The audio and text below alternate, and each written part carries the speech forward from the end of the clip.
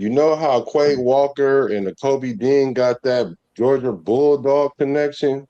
Well, you hear with the Bay Area boys with that Bay Area connection. The Bay boys are back. We back again. It was just yesterday. So make sure you go to either one of our pages. Matter of fact, go to both our pages and like and subscribe to the channel.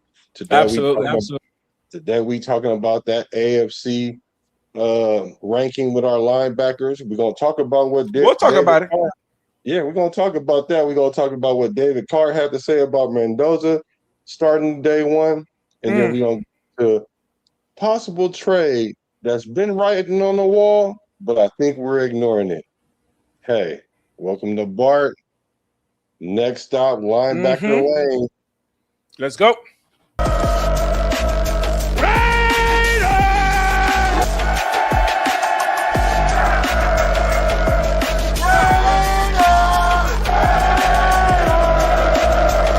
Just win, baby.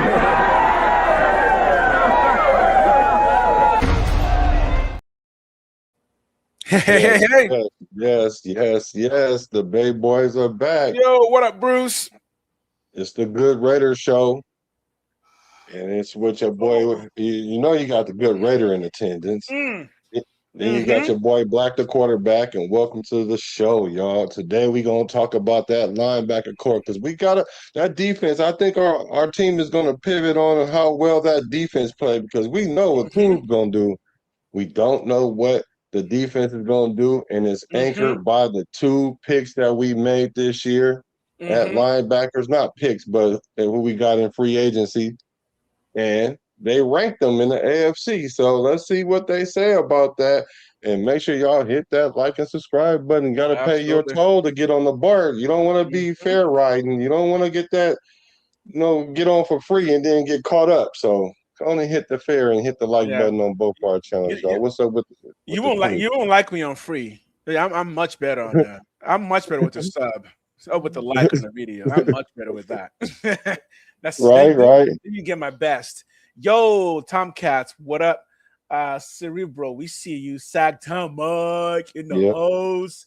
I see you. I love Fortnite. I love Valorant, but Fortnite is okay. Fortnite is straight OG. All right. Amber, what's good? What's good with Amber? Yeah, so let's get into it. What they rate our linebackers. Okay. So we're talking this is in division, right? We're talking in division. Yes, in division. These people really think they're about to be out here just ranking individual without even watching our videos first. Who are these people? Give me their names, because they better not get this wrong. Yeah, they better not get it wrong. I'm with you on that. Let's see what they're talking about. So it's the Raiders' new linebackers stack up well in the AFC rating. I mean, finally, we can finally say that, right? Right. It says the Las Vegas Raiders have a pair of new free agent linebackers, and they did well in this divisional ranking. The Las Vegas Raiders have a pair of new linebackers, and they're also new to the AFC West. Nakobe Dean and Quay Walker are supposed to elevate the Raiders' defense. And Matt Holder of Silver and Black Pride did a rundown on where they rank in the division that had some worthwhile thoughts, starting with the overall rankings. Okay. They say the number 1 guy is Deion Hanley from the Chargers. His 2025 stats. Okay, so I'll say this. That makes sense that a Charger linebacker would be number 1 of them because remember they had Jesse Minter, right, as their defensive guy last year. Yeah. They're a good defense. Jesse Minter's a really good coach, so that makes total sense. 3.5 sacks, 103. Yeah, that's good. That sounds about right. Yeah, 103 tackles, 5 tackles for loss, 3.5 sacks, and 5 pass deflections in 16 games. Fuck, look at Nick Bolton. Nick Bolton is a freaking middle linebacker extraordinaire. He was going crazy, right? 145 tackles. That boy said, no one's getting away from me. I got your ankles all day. He's pulling shoelaces and everything. Damn. He like, I'm here, I'm there, I'm everywhere. Okay. And then number 3, like I've been saying, we got Nakobe Dean. Like I've been saying, Nakobe Dean is that boy. Look, 10 games for 4 sacks. Because remember, Yeah, I've said this before. The really good thing about Nakobe Dean is going to be his blitzing ability. Nakobe Dean is one of the best blitzers in the league. And now that he's going to be playing with his boy, Quay Walker, I think that communication in the middle there is going to be quite good, man. yeah. So I mean, the drop from second to third, Bolton had 154 tackles, 10 tackles for loss, only one Uh-huh. sack, and 6 pass deflections in 17 games. But Right. Kobe Dean had 55 tackles, 7 tackles for loss, 4 sacks. Like you say, Right. he pushed the issue and one Exactly. pass deflection in 10 games. Yeah, exactly. So it's nice. So that's what Dean is gonna give you. He won't give you 100 sacks, tackles, but he will give you sacks, and he will give you pressure. It will give it pressure. Quay Walker, that's gonna be our middle. So he's got 128 last year, 8 tackle for loss, 2.5 sacks, and yeah, again in only 14 games. That's not bad. The only problem I'm seeing here is both of them missed games last year. Right, and that is a concern for our Yeah. linebackers, and it's obvious. So it's not something that's hidden, a hidden stat or something like that. We understand it, but we do see how productive they are when they are on the When field. they're on the field, yeah. So this is the reason. So let's just be upfront. This is probably the reason why they both got let go by their teams because of health, right? Because when the player gets injured, you got to replace them, and that replacement might end up just being equally as good as the person who gets injured. Especially when you're talking about like the Eagles, they have so many linebackers and so many defensive line that if you get injured on that team, you're just gonna lose your playing time. And then you get into Quay Walker. It's the same concept with the Packers. They're a really good defensive team. If you get injured with them, you might lose your starting spot, and that's basically what happens. Both of these linebackers are excellent linebackers in the league, but injury is a concern. Yep, and then Drew Tranquil for the Chiefs, his Drew, 25 stats. yeah, Drew Is that- Tranquil is good and he's getting better, and he played all 17 games last year, so I do expect him to do better this year. So yeah, Drew Tranquil is good. Yeah, with the 103 tackles, 10 tackles for Right, losses, 2 sacks, and 1 pass deflection. right, okay, So here's what they say about Nakobe Dean. Dean is a highly regarded, but injuries. Dean is highly regarded, but injuries have always been part of the picture with him. As Holder noted, he has great instincts and can close in a hurry. The writer added, either as a run defender or in coverage. He doesn't have great ball skills, however, as only has 5 pass defended mm-hmm. in Yep, that 47 makes sense. games, with 27 of those being starts. That makes sense. Yep, yep. So So what undoubtedly intrigued the Raiders were his blitz skills. there it Holder is. characterized him as a running back's worst nightmare in There pass it is. protection, and he had 7 sacks in the last 2 seasons. The Mm-hmm. Raiders' biggest job will be keeping him on the field, and he's already missed the entire spring practice sessions. Just so you And, know, the boys out here, we know our stuff. And I've been saying it. Blitzing, blitzing, blitzing. That's why you're getting Nakobe Dean. And boom, right there, blitzing skills. That's Nakobe Dean. yeah, and to be fair, the reason why he's been out of camp is so that way we can preserve him and try to take the injury issue out of the situation. We Mm-hmm, don't want mm-hmm, him to, you know, mm-hmm. tweak something, or if he's recovering from an injury, Right. so he can get as healthy as he can, As so he that can. way he Exactly. can rest all the way up, for a couple months during the summer or Right. whatever.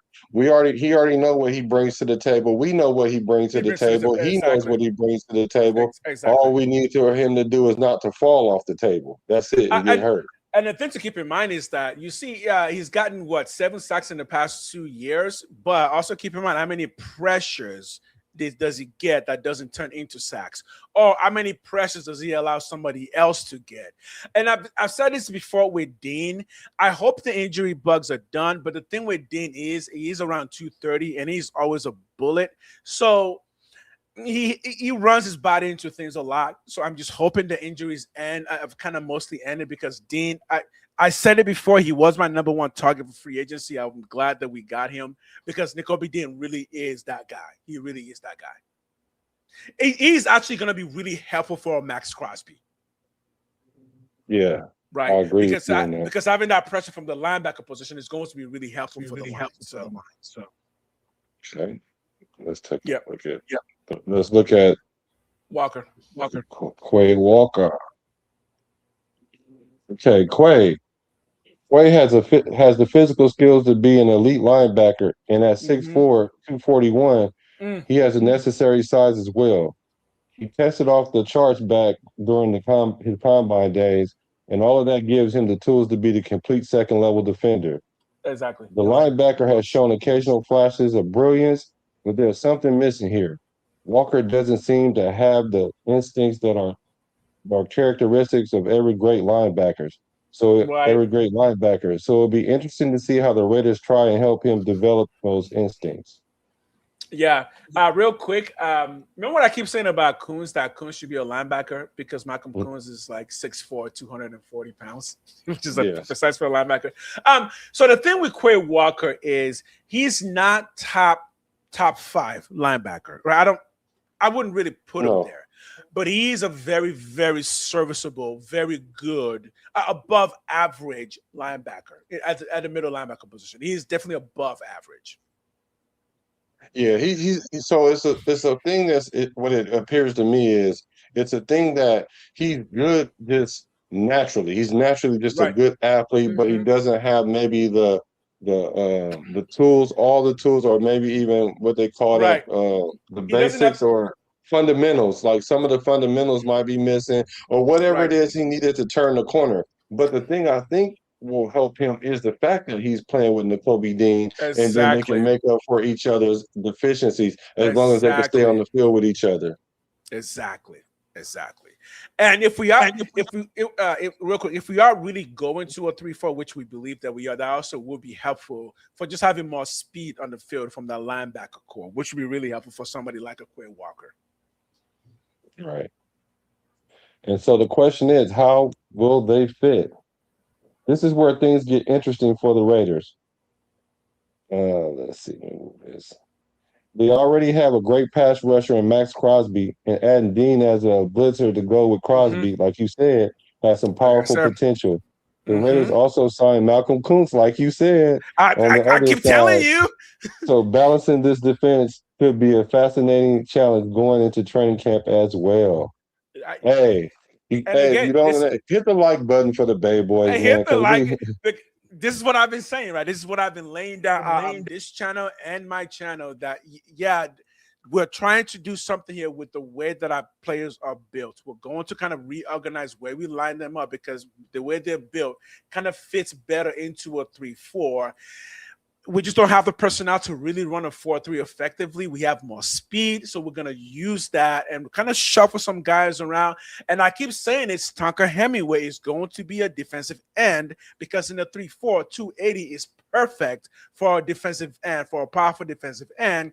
So that's why I keep saying that he's going to be my player that I think is going to really surprised this year because it didn't fit as well as a defensive tackle in a 4-3. He's just a little bit too small, a tweener, but in a 3-4, perfect fit. So I think we're going to see a faster defense from the Raiders. There's going to be a lot more movement on the field. I think maybe even the defense will be simpler. It would be a little bit simplified because I think the number one thing the coaches have said about our new defensive coach, what's his name, Rob Leonard. Is it Ryan? I know you do. Ryan. Oh my God, I love Ryan Leonard. I don't know, Ryan, whatever.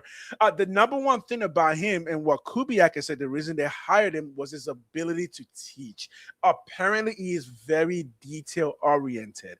That means he knows how to simplify what he's trying to do on the defense. This defense might seriously shock people. I'm not kidding. I'm telling you, the Raiders defense might shock people this year. And we're not even talking Kwity Paye yet because we just figured that he's going to get maybe 6-7 sacks this coming year. He may end up with 10 because he is good enough to get 10. Yeah. And the thing that we've complained about the most probably is a complaint. I'm sure Max ain't said this, but our inability to create pressure outside of Max.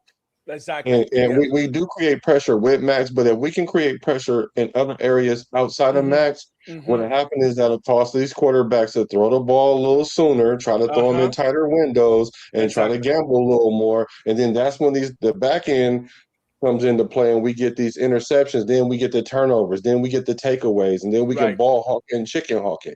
So I think that bringing these two guys in together is going to help us with that. You guys keep telling us what you think, but the craziest thing to me is that this idea that Leonard is doing this year, we should have done this last year. The idea of just moving our guys around to create better pressure, because we definitely didn't have enough pressure last year, right? We've known that pressure's been out thin, but the answer's always been there. Just shuffle some of these guys around. Let's mix it up a bit and create more opportunities for pressure. It's just that Pete Carroll's defense doesn't really do that because it's more of a bend, don't break defense, right? It's just last year, we broke a lot. Right. we didn't bend nothing. We just went straight to broke. This year, I think you're going to see a much more disciplined defense that's not going to be about bending, not breaking. This defense will attack the offense. I'm telling you guys, we're going to get some really wild, cool blitzes from Leonard that will make you go, holy shit, that was awesome. And like I've been saying, the Raiders will be more competitive this year because we just have better players. Yeah, Bush Raider. He said, I would say Quay Walker was a top 25 linebacker based off last year. Yeah, which is not great. We can actually look up his actual stats. I actually think it's higher. I think it's like more middle of the pack. I think he's more like around 15. I think.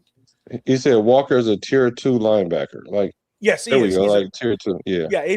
He's above average, tier 2. That's not gonna go to the Hall of Fame unless. But again, he's not that old. He's still pretty young. I believe he's 26. Ooh, that's young if he is. I don't know how old he is. That's pretty young. He's right now. This is his prime. This is his prime as a linebacker. He got a pretty good contract from the Raiders, but trust me, he wants more money because he's one of those guys. He wants more. So he's going. Remember Robert Spillane before he came to the Raiders? Robert Spillane was okay, and then he came to the Raiders and he became, one of the best in the league. Right now, Robert Spillane I would rate him like top 10. The same thing might happen here to Quay Walker because, again, remember, the Raiders have not had a good enough defense, right? This is the first time that we actually have a good core of defensive players. It's going to improve everybody on that defense. So we will see some guys perform better this year than they did last year. Oh yeah, I'm excited about our starting linebacking core this year, and we're gonna cross our fingers. Because let them know, Black, what is the one weakness that we have on the linebacker core? What is the one weakness? We don't have any depth. We have no depth. Yeah, we don't have any depth. We got no depth. And if you guys want to speak on this, please let me know. But right now, Tommy Eichenberg he needs to bring those Tommy guns out because I ain't seen him yet. I didn't even know what he looked like till a couple weeks ago. And then we got our other white boy, Cody Lindenberg. Hey, look, the one area of football that the white boys still rule is that linebacker, man. They will go up and smack some fools in the face. But we need more of them. We need more of them. So that's what I'm saying on that. Yeah, Roquan Smith. Oh, thank you for that. So yeah, we almost had Roquan Smith once, right? Zaire Franklin, he is good. Ernest Jones, Zach Bond. Zach Bond is quite good. Edwin Cooper's also good. Jack Campbell, him from the Lions. Robert Spillane is our top 10. 1, 2, 3, 4, 5, 6, 7, 8, 9, 10, 11, 12, 13. Top 13. Okay, there we go. And Schwarzenegger. Yeah, Schwarzenegger is also quite good. He was drafted last year. We almost drafted him last year, in fact. I think we almost drafted him last year. We missed him by a few because I definitely know we wanted him. Yeah, that's about the rankings right now. So as you can see, our boy is not on there. But again, he was also injured. He only played 14 games last year. He can tag on 3 more games. That's more stats there. And also, the Raiders defense is just going to give more opportunities. So Fred Warner. Let's not even talk about Fred Warner. Fred Warner is a GOAT, but I think Fred Warner is technically considered an outside linebacker, right? Is he technically considered outside linebacker, or is just all linebackers together? I'm thinking all linebackers. Is Fred Warner where he played? Denver? Niners, man. Oh yeah. I thought he went to. Thought we was talking about the guy that left, and that was Greenlaw. That's Greenlaw. Yeah, Greenlaw left him, but Fred Warner. Fred Warner is that boy, but he's got an electricity thing over there in San Francisco that's keeping him down. He can't stay healthy for nothing either. He's one of those Niners who gets injured every single year. Yeah, they got to figure out that electricity grid that keeps slowing them down. Man. So our linebacking core is looking good. Looking forward to that Georgia Bulldog connection. Yep. And remember, Eric Stokes, also Georgia Bulldog from the same era. So John Spytek was not foolish about the people that he went after and signed. If you look at the defense, we got at least one side of that is going to be Georgia Bulldogs, right? You got 2 linebackers and 1 Georgia Bulldogs. I actually think that we might have another Georgia Bulldog somewhere in the back lurking there. And when it comes to drafting defensive players, guess where we drafted from? The same college. We drafted 2 players this year from the same colleges. Arizona, the 2 safeties. But you may have forgot, Cian Sloan went to NC State. Brandon Cleveland also went to NC State. Same defense, right? Again, and Cian Sloan, whatever his name, I think it's Kian. I believe he's also going to be a linebacker because he's too smart for edge. He's going to be a linebacker. And then you got him and Brandon Cleveland already know each other from the same defense at NC State. They also played a 3-4 at NC State. I'm telling you, John Spytek has a plan. He wants to create a dynasty, and he's trying to put people together who grew up in the same system to ease the communication. Right now, literally, our defense is going to consist of 3 groups of players, all from the same college, from the same era. We got the Georgia people, we got the NC State people, and then we got the Arizona people in the back. Yeah, I love that. Like you said, it's going to help the communication. Communication is going to be key. Especially on defense.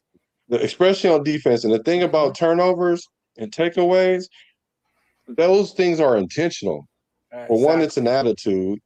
2, you have to be looking for it. It doesn't just happen. You have to look for it. One thing Charles Woodson say that what irks him a lot is that nowadays corners don't even look for the ball to even intercept it. They're just trying to react to the receiver and try to get the pass break up. But we brought in guys that's looking for the ball because what we're going to do, which I can see already what our scheme is going to be, is apply pressure. Apply pressure so they can get the ball out, and then the ball is ours. Exactly. And we brought in a cornerback who, again, if you go watch Ezekiel Masses, if you go watch his tape, the number one thing that I saw was takeaways. He had a knack for it. I don't know how he was doing it, but he kept doing it. So, Bobby Wagner. So there's outside guys. These are tier 2. This is tier 2. Yeah, Bobby Wagner is obviously Hall of Famer, but he's old now. So David Lloyd. David Lloyd is bordering on top tier 1. I don't know if because he's only like 24, 25. He just got paid. He's from Jacksonville. He just got paid. So he might break out there. Levante Davis, Aziz Azair, Nick Bowden, and Quay Walker's right in there. Yep. So I'm loving what we're seeing there in that situation. So right. So I think technically. Did they actually give a rank in that report? Did they give an actual rank? No, not in that report. That was because the Raiders. I think based on what I think the Raiders might end up being honestly 1 or 2. Okay. Well, I like the fact that we do have the number 3 and number 4 linebackers, right? Exactly. So that puts us right in the thick of things. And they both play middle. They both play right in the middle of a 3-4. So the outside guys are going to get a lot of help from the D lines. And the inside guys will be really good anchors and really good pressure. And I've said it before, the way that I see it is Quay Walker is your anchor, and Dean is going to be a spear. If you're thinking of it in Roman terms, right? If you think of it in terms of Spartan, you got your anchor. Nothing's gonna get past Quay Walker, and then Nakobe is gonna shoot in there and just snipe some people out. So, yeah, I'm with that. Yeah. So, I don't know if you guys heard, but we're gonna go into some things. David Carr, not Derek, but David Carr has said about Fernando Mendoza. David Carr shares what Raiders QB coach told him about Fernando Mendoza. Okay. The Raiders have identified their quarterback of the future in Fernando Mendoza, and the question now is how long will it take to get him on the field? Every indication has been that the Raiders are committed to taking a patient approach with Mendoza's development. Okay. But for about every fan on the outside, there's a massive appetite for updates on his progress. Okay. There have been press conferences and reports from practice, but what are people in the building saying about Mendoza behind closed doors? That's the information another former number one pick in the draft was after this week when David Carr reached out to his former QB coach, Mike Sullivan, who is now Mendoza's QB coach in Las Vegas. Okay. Oh, there we go. Carr said he wanted to talk to Sullivan about how Mendoza's development is actually coming along and came away with only good news for Raider fans. I talked to Mike Sullivan. He is very happy, and I think I can speak at this point, having talked to Mike Sullivan. I feel really good about Fernando, Carr said on the Homegrown podcast. It's a process. That's basically what the conversation was like. Sullivan is going to be right there with Fernando every day, digging into the work. I already know Sullivan digs into the tape. They're prepared. That's one thing that they're going to be is prepared. And he's extremely happy with what's happening with Fernando. But like you said, it's a process. Long way to go. So that's all I want to find out from him. What do you think about that so far? All of that sounds like what I like to hear. I think when they say long process, that makes people nervous.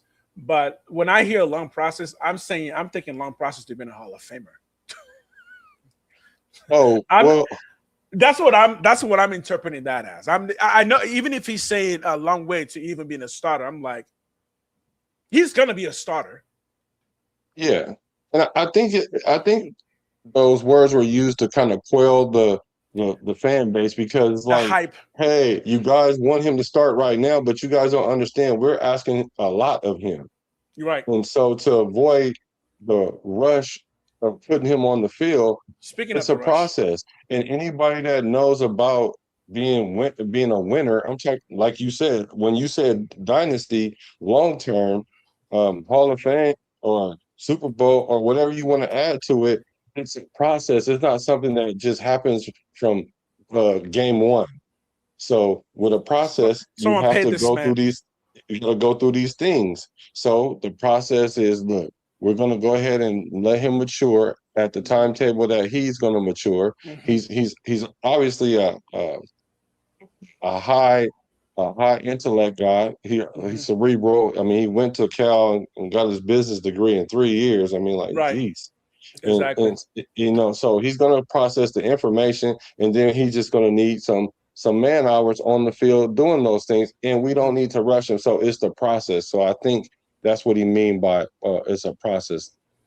I think a way that I can add to this, people somehow think that because you're good at something, that means that you're just good. That's good is just a static point in time. You're good. So play him. But it's like, no, good actually means getting better. That's what good means. Good means learning more and more and more and more. For the rest of his football life, Mendoza's job will be to continue to learn how to be a better quarterback.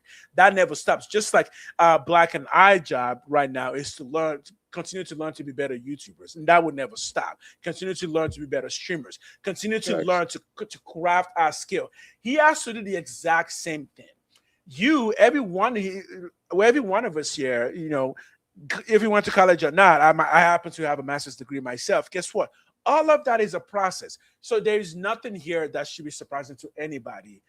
Being patient, somebody already said it, being patient is necessary. It is necessary. I know Red Nation wants to see wins right now, and believe me, Mendoza wants to deliver it. But things can go wrong. Just look at David Carr. Things can go wrong. So. And so we all can see the process, and I love it. I love this comment right there. And we all can, well, at least most of us can see the process because a lot of people want Mendoza to start. And here's the thing, Red Nation. It's so much easier to see the process now because you've got guys like us who are going to be giving you the updates on the process every single time. Every single time me and I stream, and when the season starts, we're going to stream at least twice a week. Guess what? We're going to be giving you the process through a training camp because my eyes are going to be glued to every single video that I see about the process. So, and I keep saying, if I know it's really hard right now because training camp is what almost two weeks away. 16 days or something. My God, dude, the anticipation is just bubbling over. But we still got to be patient. We still got to go through goosebumps everywhere. But we got to go through the process. And he has to go through the process. And the process is going to be different for him, and it is going to be different for us. Our process as fans is just be patient. We just gotta be patient, man. Be patient and absolutely believe that we're gonna look into these things, and we look at it from a cerebral aspect, the intellectual aspect, and also as the heart of being Raiders. Being Raiders, exactly. Being Raider fans, understanding that we've been waiting for a win for so long, it feels like we can't wait anymore. But I actually think that's part of the good news, that we know that this feels different. That we know the wait is almost over. At least to start seeing a competitive team, and it starts with that. I just want our guys to be just competitive, man. I want to turn my TV on and not turn it off to the clock strike zero. Right, that's how I'm praying for this year. You know what I'm saying? You know, when I first started watching your channel, well, maybe not when I first started, but a little bit after, I knew that you were a very observative guy, and I'm gonna tell you why. So this is why you guys need to hit the subscribe button. So when you guys get these breakdowns, it's not coming from just an emotional standpoint; it's coming from an intellectual standpoint. And this guy right here he pays attention to details, right? Let me tell you guys what he did. Okay. But you guys, he don't even know what I'm about to say right now. I have no idea what he's about to say. Do you guys remember when the Raiders did the show? I think it was episode 1 about what are we or where we are or something like that. You remember a couple weeks ago when they were talking about the drafts and how they was bringing the players in and all that other. You don't remember that show? You'll remember this. So you were saying everything is very intentional. Because when they were zooming in into the office of the facility, there was an Amazon truck going by. It was an Amazon truck going by. And probably about 20 minutes later, the dude had the Amazon thing on his shirt. And he was like, all that is intentional. Let me show you guys. And he went back and showed where the Amazon truck drove by. And I was whoa. That's next level, bro, because I didn't even peep that myself. So I was like, this guy right here pays attention to detail, and I love it. So you guys, I'm telling you, he knows what he's talking about. Yeah. Oh, yeah. I'm like, once I saw that truck going over Allegiant at that perfect time, I'm like, oh yeah. This is Amazon. This is commercial. And look, the Raiders are a business, right? The Raiders are a business. And part of that business is Amazon. And NFL is Amazon has a big contract with NFL. So those are things that I look for all those things because my master's happens to be in business. I'm always looking for who's chasing the money. Just look for the money, man. Who's chasing the money? And when it comes to players, who's chasing the money? Because that's also going to tell you what to expect from performance-wise. And the good thing I've always said is right now the Raiders are one of the youngest teams in the NFL. Everybody is chasing something on the Raiders, and that's what we want. The coach is chasing his father's legacy. I want that. Mendoza is chasing his own legacy to continue. I want that. And we got people who are chasing money because they want to get paid. They got people to feed. I want that. Get on the field, put it all together, and yell Raiders as you're doing it. That's what I want. Yep. John Chambers, John Chambers, thanks for hacking in with us.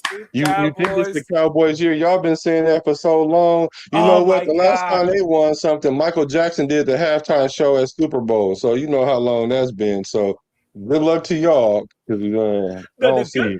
The difference between the Raiders and the Cowboys is we're not delusional about how bad we are. We know how bad we are. We've been praying to get better. The Cowboys is still like, this can't be out here for the Super Bowl. Like, really? Y'all, they think they're going every year. Let's take a look. Let's take a look at how the Raiders leaving wiggle room on Mendoza's timeline to start. The expectation is that Mendoza will spend as much of the season as possible learning behind Kirk Cousins, but there is a chance Mendoza would or could work himself to the top of the depth chart early in the season. Or they're asking Mendoza, could he work his way to the top of the depth chart? And then it says, according to California Post, Vinny Bonsignore, there are people in the Raiders building who expect Mendoza to put himself in the running to start right away. Who? The janitor? Because everybody know what this is. And ESPN Jeremy Fowler seemed to support that sentiment last week on ESPN's NFL Live. The expectation is that Kirk Cousins is well positioned to be the early season starter, Fowler said on ESPN NFL Live. Talking to the people in Vegas, they say, who is they? They say Mendoza will be ready when he's ready. Oh, well, I agree with that. And that's the kind of nice feeling because they don't have to rush him into week one action until he's fully prepared. He's been learning under the center and play action stuff. Keep them Raiders coming. Kubiak's offense. They're leaving a little wiggle room if he shows up for training camp and just wows everybody and takes the job. He could play, but they're going to do it when he's fully ready. That's the plan. They're not just rushing him. Yeah. So for me, I think they're talking out of both sides of their mouth right there. There is a little wiggle room. I mean, like very little, but even if he come in and light up the preseason, that's not really indicative of necessarily that he's going to be better than Kirk Cousins, because I've seen players play absolutely well in the preseason, and when they get into the real game, it doesn't translate like that. No different than when teams go undefeated in the preseason, because you're going against players that might not even be on the team. You know, you're not going against all the starters, all four quarters and things like that. So I think they're doing that just to keep a little part of the base happy. But overall, you should know. I have a great idea that Kirk Cousins is going to be that guy. And as far as that wiggle room, it's so little. It's very little. Yeah, it's. Kirk Cousins will be week one starter. I think. Look, everyone's saying it, right? I am just said it, right? We've known this now. Is it fun to debate and speculate about what will and what won't? Yeah, it is. It is. But the answer's already been set. Yeah, well, there's a group of fans out there that's kind of still on the delusion train because they want Mendoza to start. And as these things keep coming out, I think the nation is getting clearer because it used to be divided, and now we kind of understand because we know that it's going to be Mendoza that's not going to start. It's going to be Kirk Cousins. And I'm glad that we got to this point that we are at least before training camp instead of bringing all that noise into training camp. Mm-hmm. So I'm going to make a statement. Before the statement, I'm going to ask a question so someone can look it up. When David Carr was drafted, who was the quarterback? Who was the main quarterback that he competed with? Because I think when Derek Carr was drafted, the plan wasn't for him to start week one. I think he actually it was Matt Schaub. The Raiders brought in Matt Schaub. They brought him in, but he had a injury in his elbow. And preseason, his elbow it flared up so bad that he just could not perform. And as a matter of fact, it was so bad that he didn't end up starting. He only started like 3 to 6 more games the rest of his career, and he played like another 7 years. So he was washed. He was done by then, and Derek Carr's temperature just took the job. Look, here's the thing. Here's what's so good about this. This is Kirk Cousins' job to lose, and if he loses it, we will know it's because he's washed, Yeah. right? Yeah. Mm-hmm. So I said Yeah. for those fans who are on the fence, I don't see the harm in saying is Kirk Cousins washed. I mean, he's a proven talent in the league. If he's not washed, then yeah, no, give you new.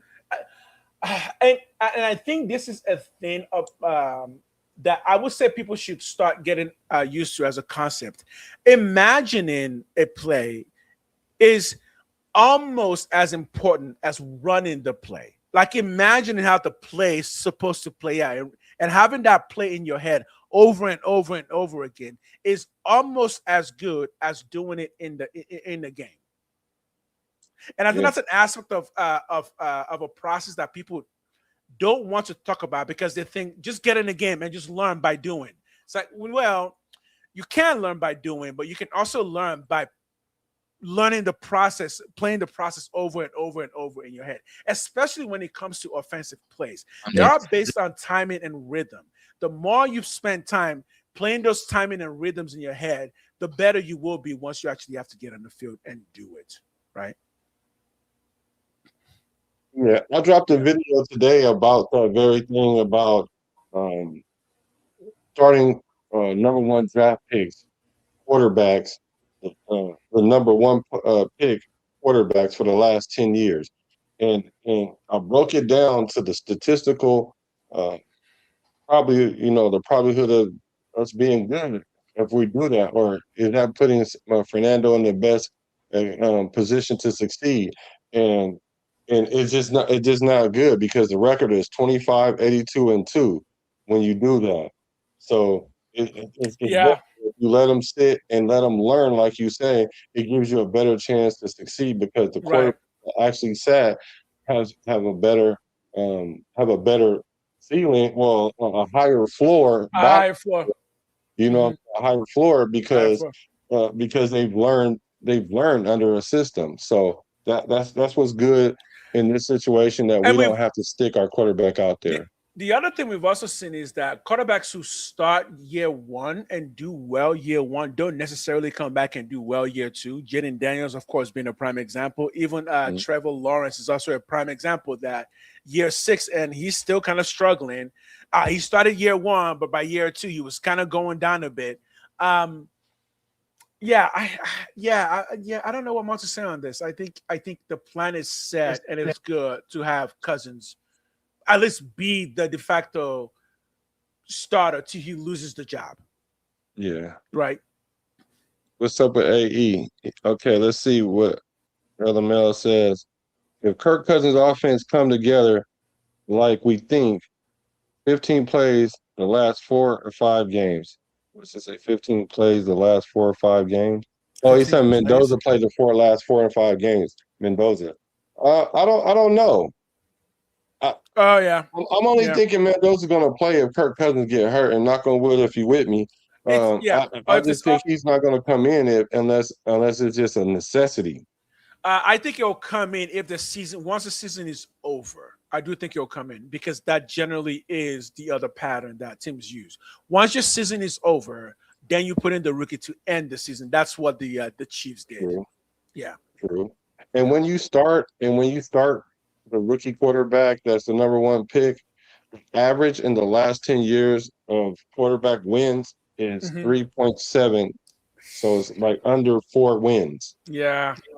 So That's it's yeah. I don't want to put Mendez out there for 4 wins because if we Yeah. mess around and get 4 wins, we're still going to pick in the top part of the draft. Now Right. that could be a positive thing, but do you want to do that at the detriment of putting your franchise quarterback out there when we Right. have a Kirk Cousins Exactly. on the roster and Exactly. having an AOC on the roster? I, I think the more wins we get this season, the better because it means that to the fans, it tells the fans that yes, we are turning the corner, that we all know we're going to turn, but it also allows the players to get back into a winning mindset. Because the thing to remember with the Raiders is we've been losing so long. Even Max Crosby has said many, many times, it feels like he's going crazy with all the losing. Yeah. How much Yeah. more crazy would it be if you're throwing your rookie quarterback and you're still losing, still winning 3 to 4 games? How much more frustrated will a Max Crosby be? How much more frustrated with the Nakobe Dean or Quay Walker will be? Because when we sign those guys, we are promising them that we are going to rebuild the Raiders into a dynasty. And if you're going to start breaking that promise by saying, here's a rookie quarterback, let's go and win 3 games, you're still keeping up with that losing season. So if Kirk Cousins can give you 8 wins, I say we go with Kirk Cousins and take those 8 wins and ride it into next season. Yeah, I totally agree with you on that. Yeah. Here's a good question, and it's a question that's often asked. Even if Cousins play well, do we keep him next year? Some say we can redo the 30 million. We can Oh yeah, absolutely we we can can redo it. absolutely Yeah, redo the his money is not a contract. problem. And then and if they decide to want to redo the contract and he denies it, then we'll just release him. Right. So I've said this, and I'll let you go after I go. My perfect plan is that Kirk Cousins ends the season, maybe gets us close to a playoff. Maybe we bow out with a few games left. Mendoza plays those last few games, and Mendoza starts next year, and Kirk Cousins is traded.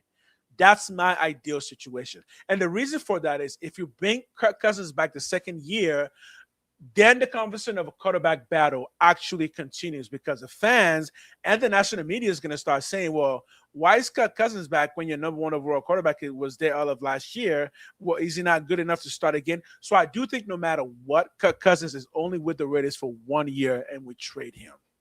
That's what I would do. But you give us your point of view. Yeah, that's where we kind of differ there. But that's smart though. If we were to re-sign him, right? Well, we would have to restructure his contract. Oh yeah, we would have to.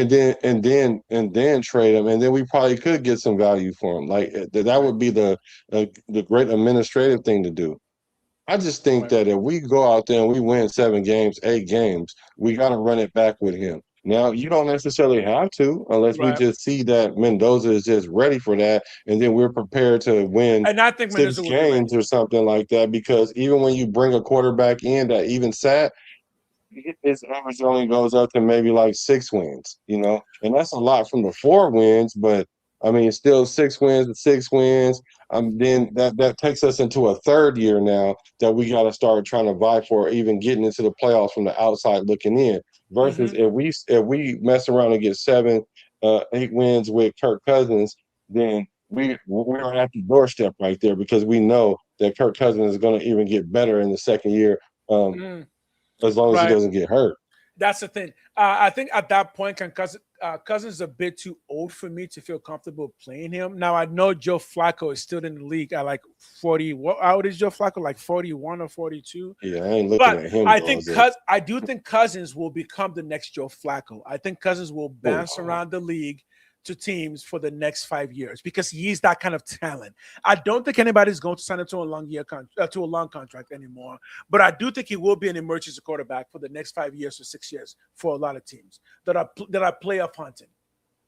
I think if a team is smart, they would want to lock him down for the next 3 seasons if he does go out there and turn the ship around, and that's the only thing he really been missing is that long-term contract with one franchise. It's like they try to do it, then they kind of don't want to do it, and then they try to, and then they come to find out they should have done it because I'm sure Atlanta would have rather have Kirk Cousins starting this year than relying on Tua or even the other dude that got hurt, the appendix.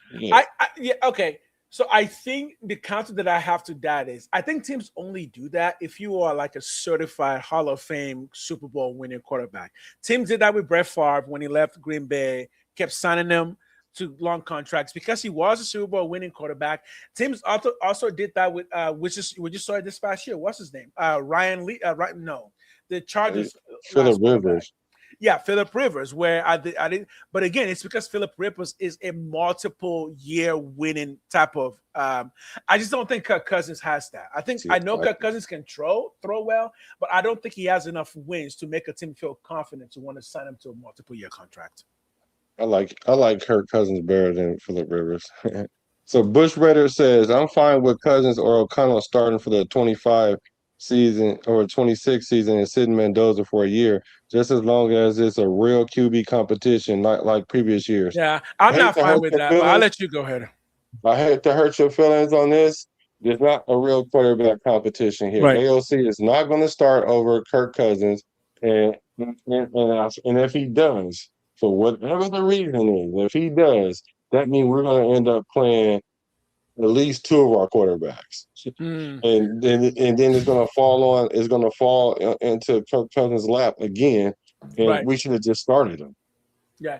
Okay. Here's another angle that I'm gonna go with that for Bush because my answer is also no, and O'Connell should not be starting this year under any condition, and the reason is what you communicate to other players, guys. We just signed a True. bunch of people. They want to win games. I just don't think it would make sense to say, well, Cousins can't play. Let's go back to O'Connell because you know what? They're going to say we've already seen O'Connell. We know what he can do. It's not good enough, right? I look as a coach. I'm not looking at Quay Walker and Nakobe and telling them, "Well, Cousins won't start, so it's gonna be O'Connell." I don't think that's gonna fly. I think you're gonna start a lot of really negative press and negative news that's going to do more harm than good. NJ Fins, Fins, what up? What up, my man? Silver and Black Lounge, what up? So again, if you have more thoughts on that, let me know. But that's my thoughts on that.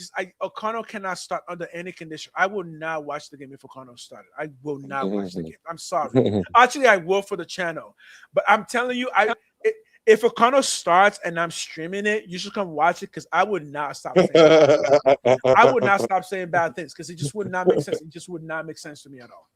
Oh, I don't know if it's gonna be worse than what I'm gonna say, because I'm gonna be like, bro, I hope y'all still holding y'all breath, because here it comes.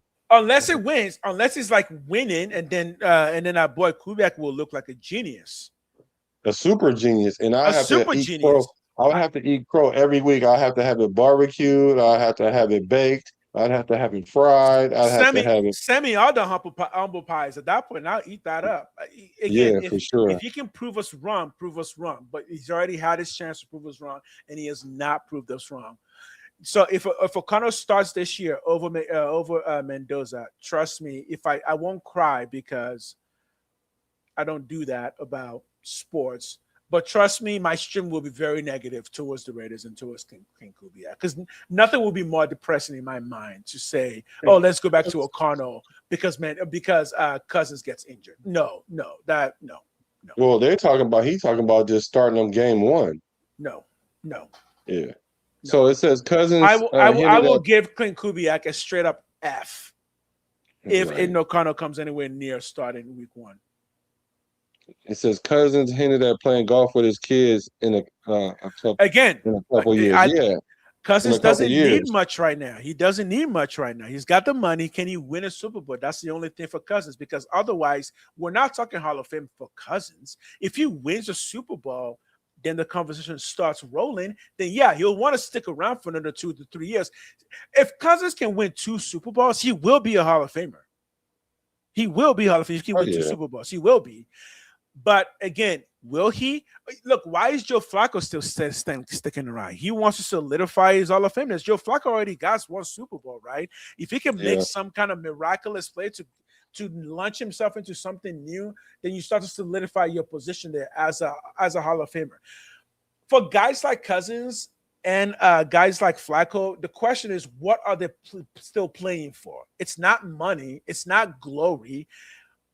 If they can get a Super Bowl win under their belt, that says a lot for their legacy. Because again, remember, one of the biggest snobs in Hall of Fame history is what? Our quarterback, who has 2 Super Bowls and still isn't in the Hall of Fame. Yeah. Right?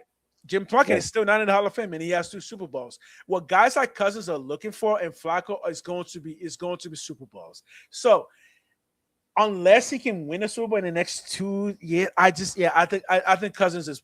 I think it's going to be done soon. So Webb, you know what? You always have the quote or the question that most people think, and it makes sense. He says, when your kids is finally old enough to drive, do you hand them the keys to a beat up bucket with no brakes, registration, or insurance? Holla Hell at your no. boy. Holla Hell at your no. boy. That Hell says no. it all right there. Hell no. Exactly. Exactly. Yeah. Yeah. I mean, look, and I've put it this way: it's like when your football doesn't make sense, that's when you win 3 games. We've seen other teams that tried this. So, oh, we got the new shiny quarterback. Let's start him. Okay, cool. You win 3 games. Awesome. I do not think Raider Nation wants to win 3 more games with a franchise quarterback. I don't think we want that. I think what we want at the very least is competitiveness. Again, if the Raiders win 3 games this coming season, if they're competitive and it shows like they're losing by 1, they're just that would feel good too. There's a thing about that would feel really good. If it's like, oh man, we're right there. We're right there. That would feel good going into next season.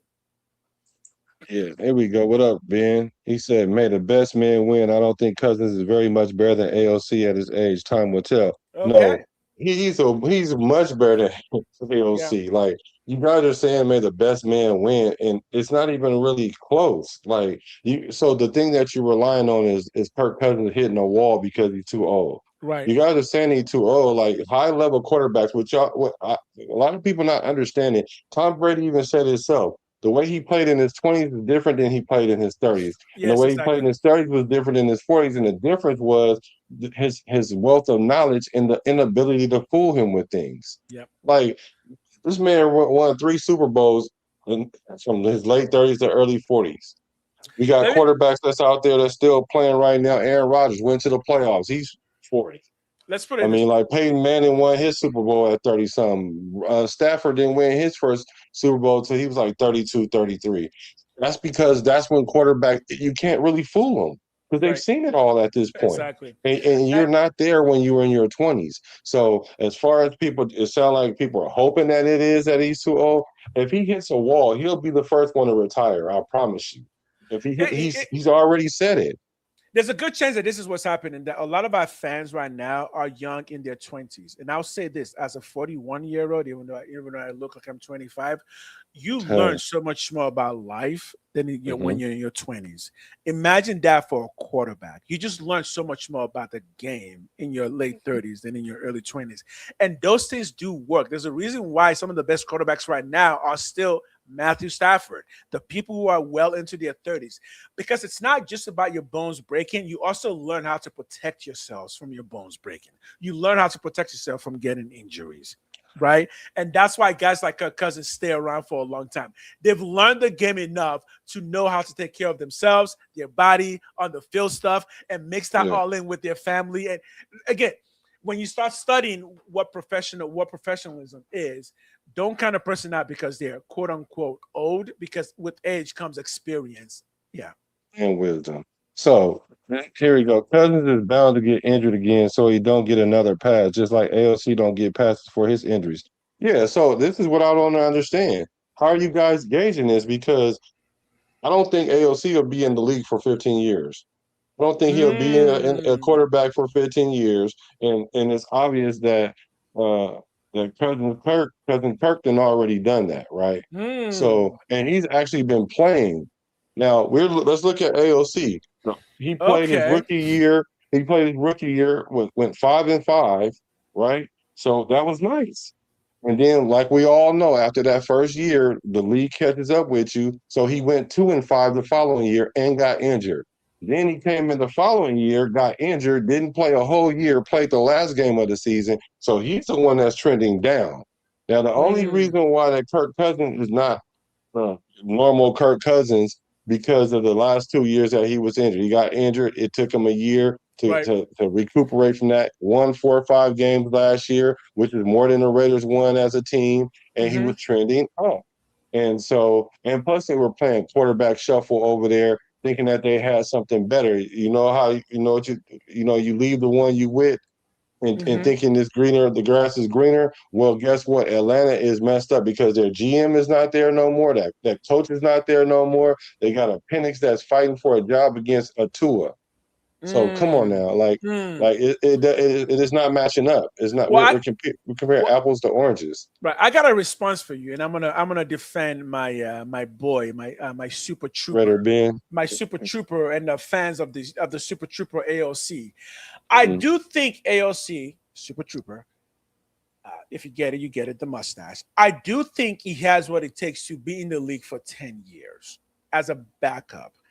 But here's the thing: there's two types of backups, right? You guys remember? I'm gonna say the name, and you're gonna be like, "Oh, holy shit! He remembers the name." Do you remember the name Marcus Tuiasosopo? Yes. He was a Raider backup. That's what he was. He was our guy. We knew him. He was a backup for us. We knew he wasn't gonna take us to the promised land, but it was our guy. He was our backup. I do think there is a room where what's his name? AOC becomes that our backup, where in a pinch, and I've said this before, so it's nothing new. In a pinch, I do think Fernando. And clutch a game in a pinch. Like late season, we need a game to go into play to get in the playoffs or to keep a whole playoff hopes alive. Our main quarterback Mendoza is injured for 1 week because he banged his index finger, some crap like that. AOC comes in and clutches the game out for that one game. I do see AOC being able to do that. Yeah. But being a starter in the league for 15 years is not the same because he's a backup, or your boy is a straight starter. And AOC hasn't even proved to anyone that he can start a whole season. But here we go. Good Raider. I will. You have a cool accent. Where are you from? Just curious. I have a very mixed accent. So I was born in Nigeria. That's West Africa. And I moved to the U.S. when I was like 12. So, and after high school, when I graduated high school, I went straight into the military, United States Air Force. And I didn't speak my native language since then. I was speaking my native language since then. I also lived in Japan for 2 years. So the way I sounds like nobody else because you know what Nigerians sound like. And when you hear me, sometimes you'll hear the Nigerian accent, but mostly my accent is just it's a lot of mix. I just sound like me. And then, when you're from the Bay, I guess you have a kind of like a little, kind of like the rhythmatic way that we talk too. Exactly. Yes, exactly. Yeah, we all talk like Tupac. Hey, that's heck of funny you said that. If you're from the Bay, we all just sound like Tupac. Oh my goodness. Oh my goodness. I can't believe you said that. It's the cadence. It's the cadence, man. It's the cadence, yeah. Okay, so here's the question. Oh no, how do you guys hold on? How do you get to the point that he can win 8 or 9 games if he starts the season, but he haven't even won 8 or 9 games in 3 years combined? How do y'all come to that? Yes, that is true by Nigeria, by the way. I love it. I love you, bro. But how do you come to that? How do you come to that? Yeah, answer that question, guys. You got to answer this question on the screen. Yeah, how do you come to that? Because if that was the case, you don't think Kubiak could work with that? You don't think why would he need to bring a Kirk Cousins in to begin with if that was the case? We could have used that money to go get a D tackle or go get a wide receiver. Like why would we need to go get Kirk Cousins if we were going to win 8 or 9 games with AOC? We don't know that because he's been injured. Yeah. I wouldn't put my franchise on no injured prone quarterback. I just won't. This just feels like another Marcus Tuiasosopo to me. It really does. And somebody this is that Marcus AOC is way better than Marcus Tuiasosopo. Yeah, maybe. Marcus had a little bit more movement, and AOC has more accuracy. But this feels like that to me, where we kept pushing for him to be the starter because he was our guy, and it's like, no, he's a backup. He's a backup. Yeah, and you said because he's never got a chance to start 8 or 9 games himself. He has. He started 10 games his rookie year. Rookie year, yes. And what was his record for that? He went 5-5 in 10 games. So I can see the glimmer of hope there. So then let's see what he do the next year. He went 2-5, got injured. Okay, well, it's the NFL. You get hurt. It's an inherent danger in playing. So what happens the next year? He gets hurt even worse than the year before that. and then plays 3 quarters. And then when he played, he didn't complete a pass from the second quarter. Like, he's not trending to 8 or 9 wins. That doesn't tell me 8 or 9 wins. Even if you start him game 1. Like, what is game 1? What is starting you game 1 give you the advantage? And not only that, if you're a backup, right, you don't have to get put in the best position in order for you to take someone's job. Matter of fact, it rarely to never happens like that. And even AOC knows that because he said it in the press conference. Like, the only people care about that kind of stuff is his wife and his parents. Like, the NFL don't care about that. So as long as we keep making all these moving the goalposts, like, well, he didn't get a chance to do this. He didn't get a chance to get that. Well, he wasn't in this situation. Like, no, it don't work like that, bro. You got to make your own. You got to grab this situation when you have it, and he's had the situation a few times. Yeah, but yeah, it feels like we're making an excuse for somebody who has not taken a hold of the situations he's gotten. Like, it's not on us that it gets injured. It's not on us that he doesn't win enough games. So I don't know. I'm guessing we're gonna keep defending him till it's clear that Mendoza is the starter and we should just move on. So I'm fine to keep saying no. I don't think AOC is gonna be it. Okay, so but let's look at this. Let's look at this video. And it's from a player. This is from a podcast that is not Raider fans. So this is fans looking at it probably more objectively than the average Raider fan. Right. And they're seeing things that I've seen from day one. Like, and everybody flamed me for it. Matter of fact, I've lost so many subscribers. Every time I talk about ALC, I lose subscribers. Right. And I'm like, I'm just reporting it. I reported it before all these beat writers started reporting it. And then even when I go and show you where they're even thinking about that, they still get mad at me because you guys have this attachment to AOC, and you got to admit that it's emotional attachment. It's an emotional attachment. I get it. I'm not even mad at that. But nothing about his play tells me that he's going to be a starting quarterback, especially for the Raiders, and he's not going to start game 1, and he's not going to get a chance to start from week 1. So why are we keep trying to insert this into the conversation? Because he hasn't earned that. Yeah, and I think it's because it feels safe, right? It feels safe to say, AOC, he's already here. We've seen him. He's one of us. And he has a particular style that just also kind of just stands out. He looks goofy, he stands out. That mustache kills me. He stands out. And I'm not. Look, I can say whatever I want about AOC, and no one's leaving my channel because that'd be dumb. I'm way more. Right. Way more.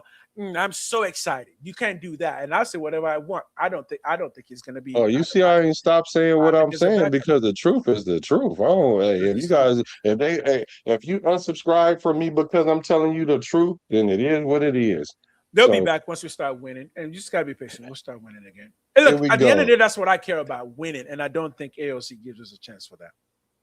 Yeah. So here's the Saturday morning inspection, and this is their perspective on what's going on with AOC. And a few of y'all that follow me may have seen this, and I promise you, this is the last time you'll see me playing this. And I've never seen this. But I want to get the good Raider perspective on this. So here we go. Please hit that like button, y'all. Hit the like button. Every single offseason, especially when we get into a little bit of a dead period, a little bit of a quiet period, which we're in right now, there's a lot of speculation when it comes to certain rookies and certain new additions on any team. And the Raiders are no different about guys that are overperforming or underperforming or guys that aren't seeing the field and what it means for the future. And what's interesting for the Raiders is that the discourse at the quarterback position has obviously dominated the headlines, but I think there's an element of that people don't understand. I think the Raiders are setting up a massive trade at the quarterback position. I'm not talking about Kirk Cousins and obviously not Mendoza, but with Aiden O'Connell himself. And if you dive into the specifics of what's going on with this Raiders organization, you can see exactly what they're doing. So to set the table here, let's pull up our report right here, and then we'll dive into what's, the details on the other side. So this is from SI.com talking about Aiden O'Connell. It could be calls about him being a starter or a backup quarterback. The thing that has changed in this league over the years has been the backup quarterback position. Now they just do not want anyone in that spot on the roster. They want a quarterback they can trust with NFL experience, someone who can take over once their name is called. O'Connell has that on his resume. He has started games and has performed under pressure and in difficult circumstances. It's hard to say whether he would be a starter in this league, but he does deserve a shot. With the Raiders' packed quarterback room, that is likely not the case for him in Las Vegas, obviously. Exactly. The team wants to keep him to have that option at quarterback. If something were to happen to veteran quarterback Kirk Cousins before the season starts or early in the season, they would potentially go with O'Connell instead of rookie quarterback Fernando Mendoza. Whatever it is, the team will do its best to put O'Connell in a position to be successful. If they feel he has a chance to start elsewhere and are okay with Mendoza as the backup quarterback, we could see a trade that would make sense for both sides. This will likely come before it all begins for teams, as everyone will have the chance to learn the offenses. O'Connell has spent every year of his NFL career with the silver and black and was taken in the 4th round in 2023. So what we're starting to see is people are starting to realize something interesting is happening with Aiden O'Connell, right? He's a guy that's gotten very little attention, very little media publicity. All the eyeballs, of course, have been on Mendoza, and some have been on Kirk Cousins. But I think when you look at this recent reporting, you look at the discourse when it comes to Aiden O'Connell and the value of the quarterback position specifically, especially for a contending team, I think the Raiders are doing a really good job here setting up a trade. And you can kind of notice this if you look at the media reports on what the Raiders are talking about. So, for example, let's pull up the screen grab here. What I did is I searched up headlines involving Fernando Mendoza and that there's a lot of negative media publicity. You guys have noticed this? Talking about why labeling Raiders #1 pick Fernando Mendoza as a prize project is a major red flag. Las Vegas gamble. Why sitting Fernando Mendoza behind Kirk Cousins could stunt the rookie's development. Fernando Mendoza struggling. The hidden risk in drafting Fernando Mendoza, right? And the list goes on and on. In fact, Miles, let's go to our next graphic. We got 5 more stories about Fernando Mendoza having some issues. You know, can he handle the pressure? Minicamp leaves scouts questioning Mendoza. External pressure could force the Raiders to rush Mendoza. Glaring weaknesses that haunt Mendoza, right? All this negative headlines, all this negative publicity. What does it really mean? This is what you see before a trade. What the Raiders are trying to do here is make sure that Aiden O'Connell's value doesn't drop like a freaking rock. Because right now, if you're one of the other 31 teams and you're interested in trading for Aiden O'Connell, you look at the Raiders quarterback room, you say, listen, you got your future guy in Mendoza, and you got your current guy in Kirk Cousins. Aiden O'Connell's not worth anything to you. So we won't give you anything for Aiden O'Connell. We have all the leverage. Whereas the Raiders, what they're trying to do here, this is what smart teams do. It happens all of the time. What they're trying to do is basically say, listen, Aiden O'Connell, he may be our backup. He's our #2 quarterback. We love him as our backup. You guys see all the reports. Mendoza is struggling, with air quotes there. Of course, obviously, that's standard rookie stuff. But the reality is what the Raiders are doing is setting up this trade. They're putting the pieces in place to make sure O'Connell's value doesn't drop even further. Because I do believe SpyTech is going to trade O'Connell. The value is there. And the opportunity is there as well. You have to look at the timing of all of this. Why do we see the reports about the O'Connell trade? We look at the Mendoza storylines, and then we pull up the screen grab here from overthecap.com. And this is O'Connell's contract situation. 2026. This. So what do you think about that? I've got before I give that answer, let me try and phrase it this way. For the people who want Aiden O'Connell to start, let's say you want him to start this season, is your hope that he's going to do really well and then we can trade him? Are you like afraid that you don't want to just give him up? Is that what it is? Like you think he's still good? So, because the reason I'm asking is, let's suppose in this wild world, O'Connell starts week 1 and oh my God, O'Connell wins 10 games. Okay. And then what happens? And that's a real question. In a scenario where O'Connell wins 10 games, what happens for those who are O'Connell backers? That's my question. Yeah. So I'm curious about matter of fact here, because this is the last topic, but the thing is, if you guys want to call in, we do have a call in. If you want to be brave, call in. And it is because I'm trying to get to the bottom of what it is, because we have a future in Mendoza. Why are the hang up about? Is it because if he does well, if he wins 10 games, we can now just flip him for a second round? Is that what it is? I don't know. This is a contract year. They do this with everybody. It doesn't matter the position. If you're getting ready to leave and we can get draft capital out of you, then that's what we're gonna do. We even got it out of Geno Smith. Yeah, that might be what it is. It might be guys who are like, we want draft capital. I don't want draft capital for O'Connell. Fine. If you want to give me something, I'll take a 7th. It's fine. Take him out of my hands. That's fine. Well, they say that his going rate might be like a 6th round right now, right?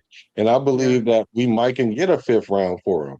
Now he was a 4th round quarterback, so if we lose him, don't we get a compensatory pick if we lose him into free agency? I'm not sure about that. Why would we get a compensatory pick for him? I don't know. I don't know. But come on, guys, give me something. I got to get to the bottom of this. Bush Trader, don't back on me now. I see you. You know what? It's emotional. Love to AOC. Let me know what the attachment is there. That's not Hondo Carpenter, y'all. Y'all calling him Hondo? That's not Hondo, man. Let me be your third piss. No one's giving you a 4th for AOC. Not anywhere in this world. I don't even think you'll get that on Mars. I think the Martians are going to be like, no, we ain't giving you that. I mean, the Martians are not smart, but I don't even think they'll do that deal. Well, maybe in Jupiter because they're more stupider. But Exactly. Yeah. But no, not on Earth. You ain't getting that on Earth. He said, I can see Dak and I can see him with the Cowboys if Dak goes down. I can see that. I can see us in Cowboys. But then when Dak come back, he's not going to start. AOC won't start when Dak comes back. You guys realize the biggest problem with O'Connell is you're going to have to build your offense to specifically fit him because he doesn't move well. So it would have to be an offense whose quarterback right now isn't built to move. And what team right now has a quarterback that's not built to move? Yeah, there's no team that needs an O'Connell. That's what we're saying. Like, who needs him? Who would you say right now needs Aiden O'Connell on their team? Okay, so maybe Miami. Okay, because they only have maybe the Jets. Because Because they want to repeat what we did and do better than we did last year. Right. Let me see. Maybe Arizona. And maybe even with McDaniels, the person who drafted him. I mean, O'Connell did play in the South. He played in Purdue. So maybe when it's hot, he'll play. Look, man, I don't see the angle.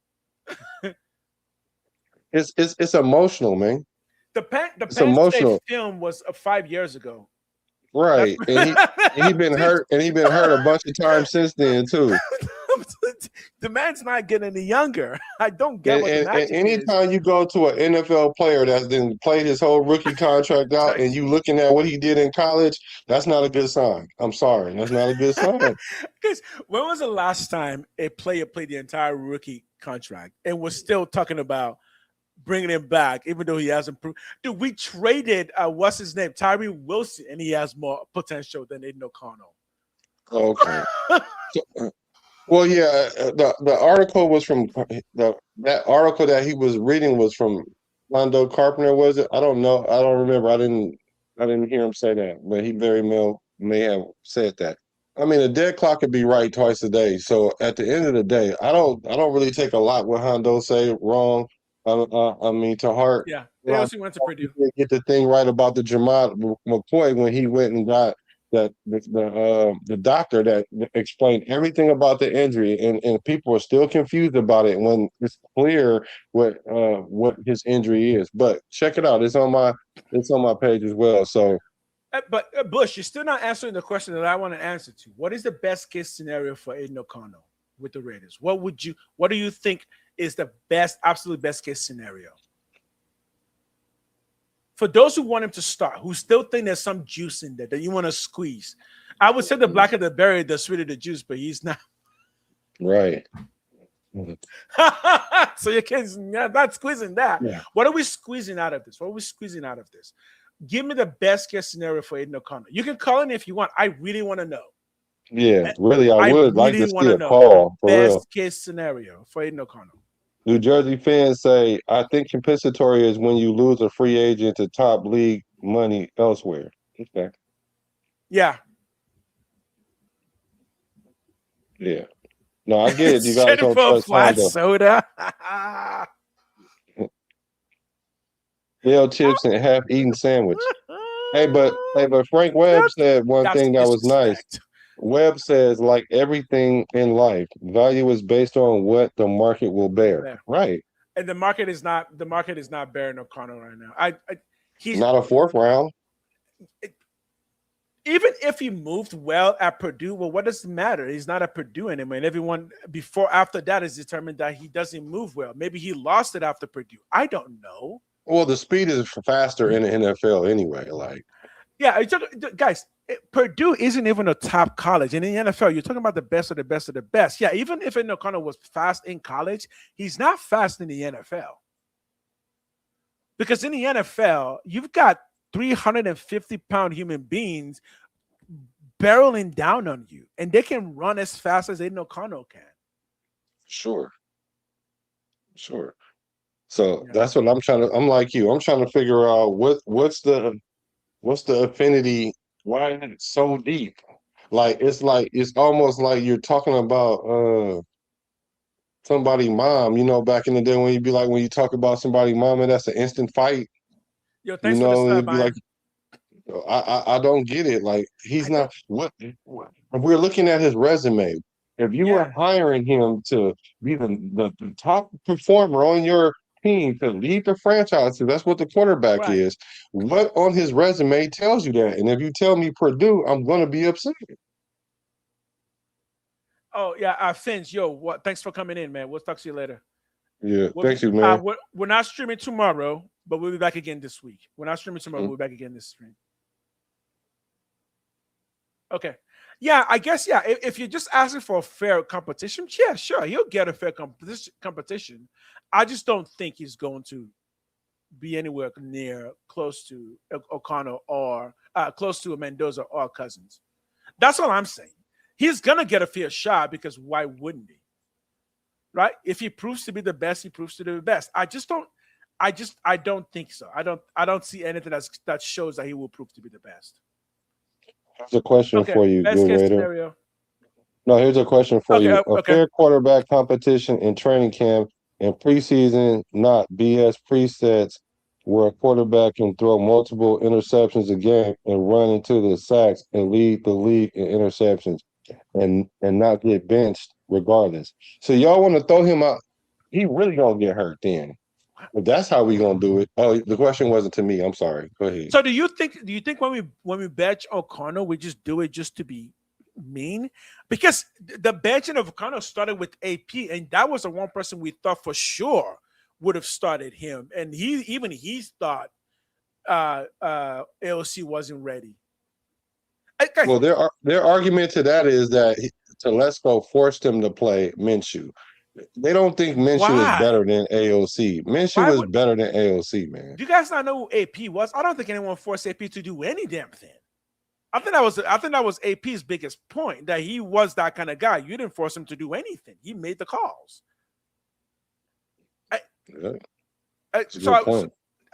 No. If we're banking, Telesco did not tell AP to do no damn thing. I can promise you that. I think AP would have actually done better if he listened to people. I don't think that man was going to listen to anybody, let alone Telesco telling him what to do. I think here we go. Also, I think that AO is on board with moving out if he gets a chance to compete for starting a job. He said it already. I will say this. He said it in the presser. That's why I'm like, oh, now you auditioning in front of everybody. Now you're making exactly. If you're saying that Max Crosby was acting like he was bigger than the Shield because he wanted to get a chance to play somewhere else to make it to elevate his career, then it's the same should apply for AOC. Why don't you guys see that? I will make you this promise.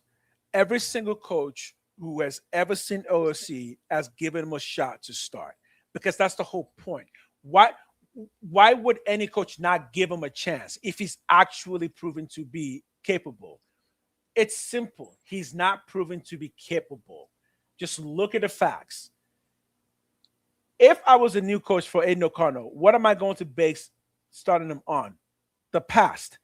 There's nothing there. Am I going to have to go talk to Telesco and be like, oh, Telesco, was it actually you who told AP to not start O'Connell? Is that what it is? That just seems weird.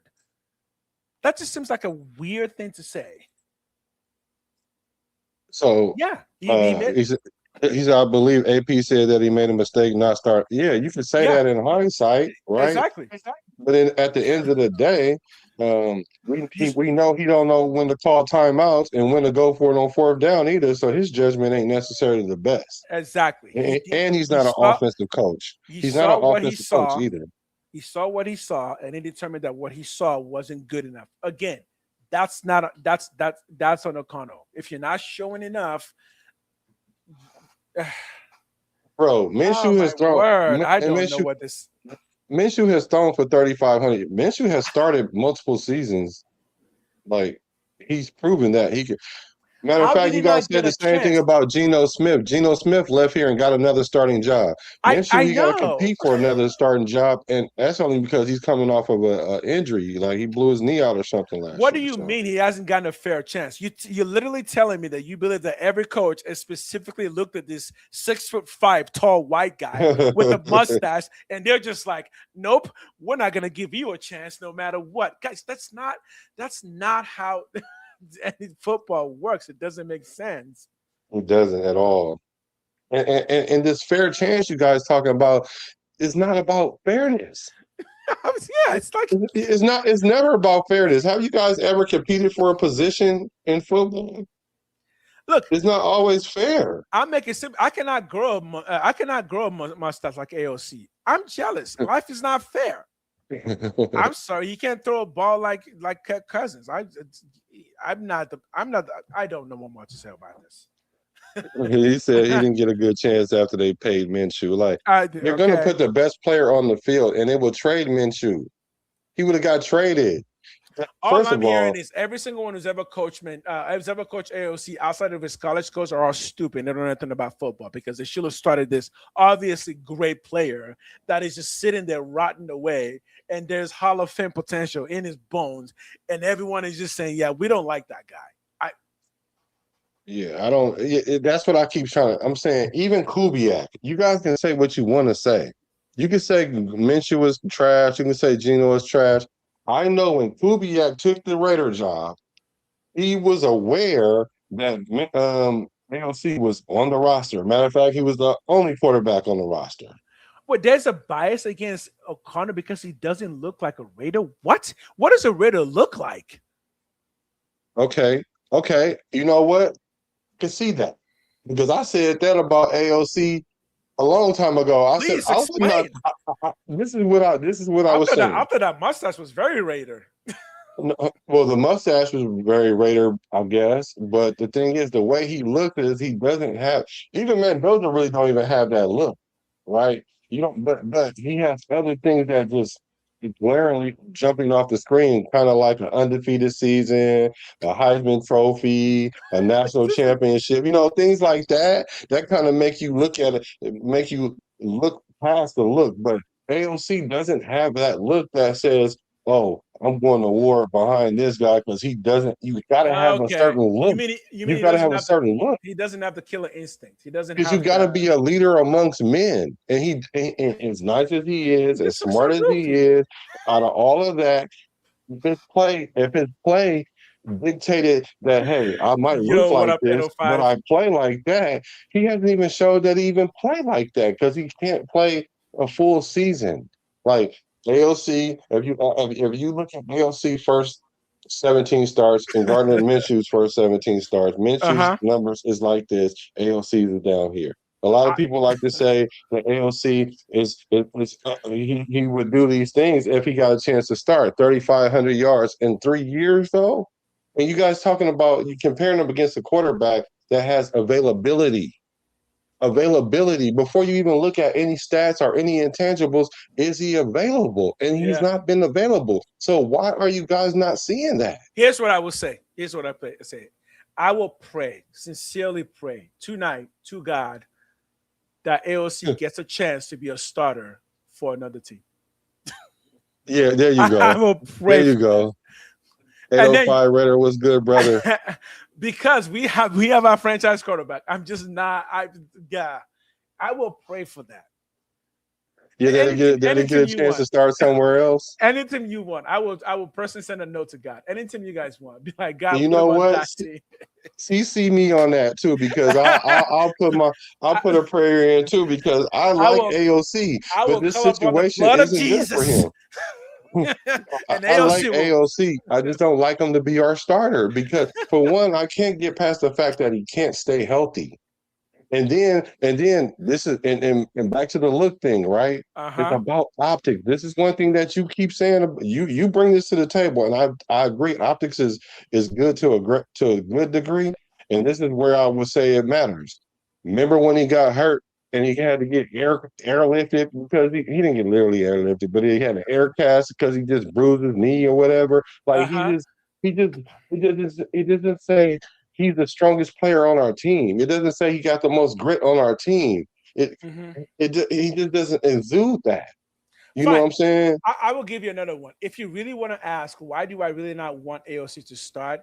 Because I just like Mendoza more. I just like his face more. I'm sorry. I don't know what to tell you. I like his face more. He's taller. Mendoza's taller. He's bigger. You know, okay. He looks like he can get voted for sexiest man alive. What more do you want me to tell you? It's not AOC. He ain't even got no kids yet. But anyway, so anyway, so I'm about to answer this for you. You said AOC. When I say things, y'all, I don't say them from the heart first. I say it from intellect first. I'm about to prove you wrong. This is why you get unfollowed. This is why you get unfollowed because you. It is. It is. You right. Because you're about to put a nail in a coffin. You're gonna be like, huh.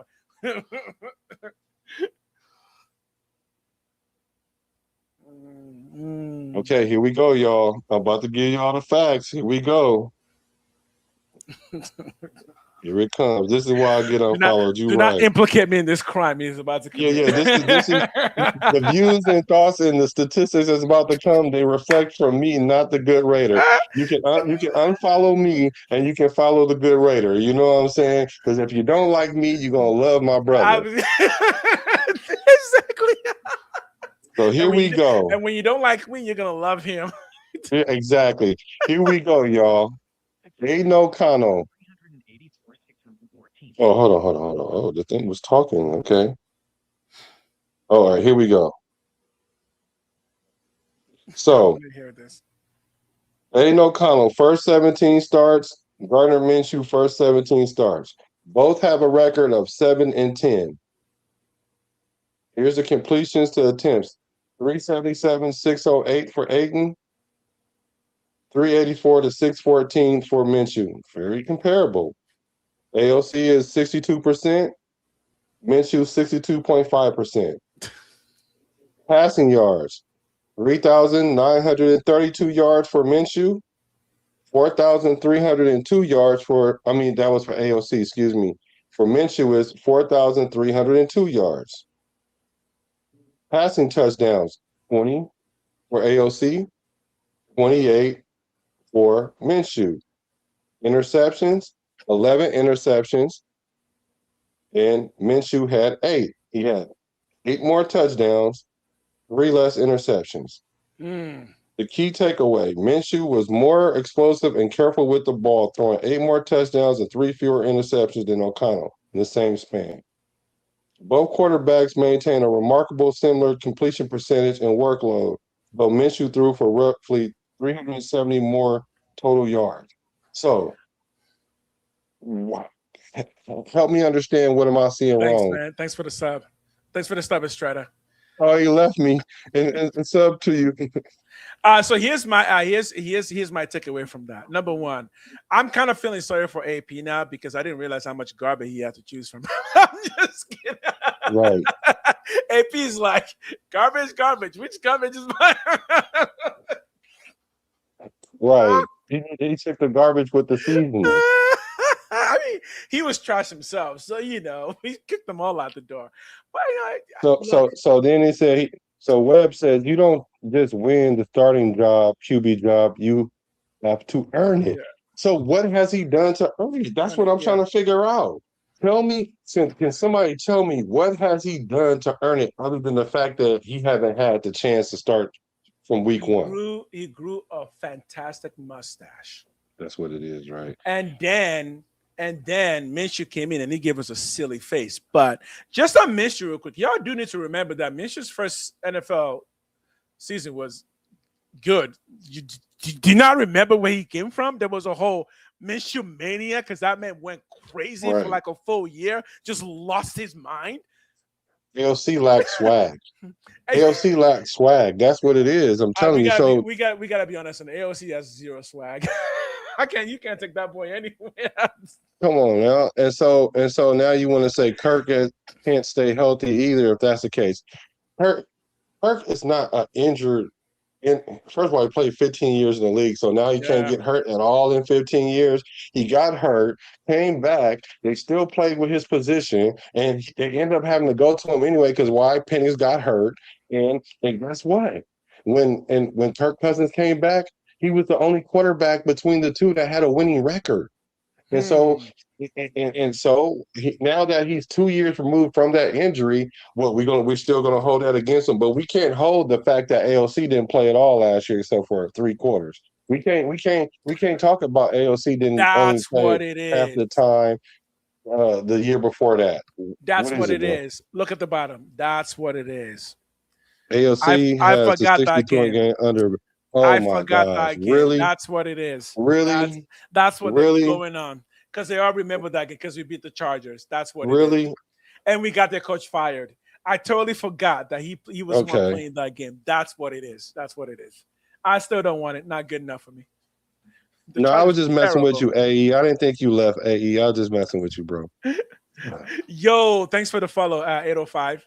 Oh, yeah, 805 Radio. Hey, you got a big sub right there. He's a factor. Oh, he's the one? I would like to see what he thinks. I don't remember what you say about AOC. I'm curious because I not to say I don't respect a lot of you guys' takes. I really respect his take because he's a coach, and he's a coach? He seems to be pretty. From what I understand, he's coached, and I believe that he has a somewhat objective opinion, and when it's not objective, him and Severe, they kind of let that be known. And I can appreciate if you guys were saying, you know what, I just love AOC and I just want him to start. Y'all said that, they want you to call in. No video. They want you to call in. No videos. 805. They want you to call in. They're like, yo, call in. They want to hear what you think. I wouldn't even make a video about AOC if you guys would just sit here and say, you know what, we just love us some AOC. There's no real logic to it. And then we just want him to be that guy because he's a Raider and we should give a Raider a chance first. If y'all said that, then I would be cool with that. But that ain't what y'all saying. Y'all sitting up there talking about he's mobile. I seen him throw a back shoulder pass running out the end zone one time. And I've seen him make this play before, and he put up 63 points. Like, that's one win. I can also look at many games where he started, and he wasn't the reason why. Well, man, he didn't lose the game. How can you throw for 60 yards in a game and beat Kansas City and say, well, he beats Kansas City, and then he throws 120 yards in another game, and he beats Kansas City, but he throws no touchdowns in those games. And I don't think he threw an interception to be fair, but I mean, like, come on, y'all. Like, come on. What about that? Oh, so the 63-point game that's what makes him. Okay, well, I guess Bam Adebayo is better than Kobe Bryant because he scored more than 81 points now. That's the logic. Oh, well, there's that. I mean, I have to admit, I'm not on the AOC love because even that 63 game, I completely forgot about it because I was so anti-AP that I didn't give a shit what he was doing. So that game to me was a throwaway game because Brandon Staley was just not a good coach. And that was when he got fired. And that Chargers team clearly gave up because we saw them clearly give up. Yeah, but I feel you guys. I feel you guys on the AOC, man. I feel you, man. I know if you're talking about the other AOC, that might be a whole conversation. But I think our AOC, I think the conversation's done on him. Honestly, I think it's done on him. Yeah. And see, this is the thing. This is what I'm hanging my whole Raider hat on right here. Because aside from the fact that I don't think that You can scheme him to get the ball out in 3 seconds a lot of times. You can, and he's awesome at that. Matter of fact, he's starting level with that. Like getting that ball out, knowing where to go with it, all that. But That's then why Tim's I'm even figured it talking out. about this guy. But he can't survive that all game, Right. all year long because they're going to get to you. They're going to Right. get to you at some point. Right. And I would say this: Gardner Minshew, AOC does have a good throwing motion that does protect his body, and I've done a breakdown of this. When you watch his throwing motion, the last arc that AOC makes is meant to cover his body up. But the reason he does that is because he knows that he doesn't have a ton of mobility, so he has to protect himself every time he throws a ball in the pocket. The problem is I don't know why Josh McDaniels drafted him. I kind of know why, and I've said before that I think Josh McDaniels might be the one who ends up picking him up from us because he drafted him and he saw something, and I know what he saw. But even when AOC got drafted, everybody was saying that, oh no, he can't be a starter in the league. He's not going to be able to be a starter in the league. And then he proved that he was not able to be a starter in the league. So yeah. Hey, Charm City said he was just trolling with the 63-point game thing, but as much as you trolling, that probably is part of it. Because I completely forgot about that game. And I'm like, oh shit, yeah. That was one of the biggest wins the Raiders have had in the past several years. And I remember everybody being super happy about that game. I wasn't because I didn't like AP. So that's why I don't remember it. But not you mentioned right. Yeah, no, a lot of people will remember that game because that was a big, big game. Yeah. I mean, we'll look like gods again, their coach got fired the very next day. But not to mention that's an outlier. We know he ain't putting up points like that. Well, again, because he never did anything close to that in any other game, right? It's not just saying stuff. It is fact. There's no other game where he got even close to that, right? So, right. Bush Raider says you can't compare Gardner back in 2019. The NFL is what have you done for me lately? 2019 is irrelevant. Yeah, okay, exactly. So what have AOC done lately? Yeah. What has AOC done lately? What did he do last year? What did he do last year, y'all? What did he do the year before that? 2-5. Hey, at least he's not the water boy. What has he done lately? He can't do it. Ooh, hey, Bush Raider is you yeah, exactly. You are who you are, and AOC cannot do it. You cannot. And JPJ did not botch the snap because he was signaled to snap the ball. You want to know what happened? Aiden O'Connell did not let the wide receiver. Well, what happened was the wide receiver went out there lined up on the line of scrimmage. Brock Bowers told him to get off the line of scrimmage, and while he was signaling for the ball, he noticed that the wide receiver was moving. And so they snapped the ball, and he didn't see the ball coming, and then it hit him, and then it was a fumble. It wasn't on JPJ, because JPJ was getting signaled with the silent snap because remember they was running a 2-minute drill. So the guard taps him, and he hikes it. But the guard looks back at the quarterback, and the quarterback gives the signal. The quarterback gave the signal, but he noticed that the wide receiver was moving, so he looked over there because I don't know if you guys saw that, and I might have to do a video about that because Brock Bowers told the wide receiver to get off the line of scrimmage because he lined up wrong. So even if the play would have ran, it would have been a penalty because we lined up wrong. So I'm going to do a video because a lot of people like to blame JPJ, and that's what I don't like about the JPJ hate because everybody want to blame everything on JPJ. Oh, I mean, I know what I'm blaming on JPJ. His concussions? Yeah. He likes to run it into things. Yeah, exactly. Walls break heads. Frank Weber. I'm sorry. I'm making some merch, right? I'm designing merch right now. Remind me that you're the first person. Matter of fact, I might make you your own.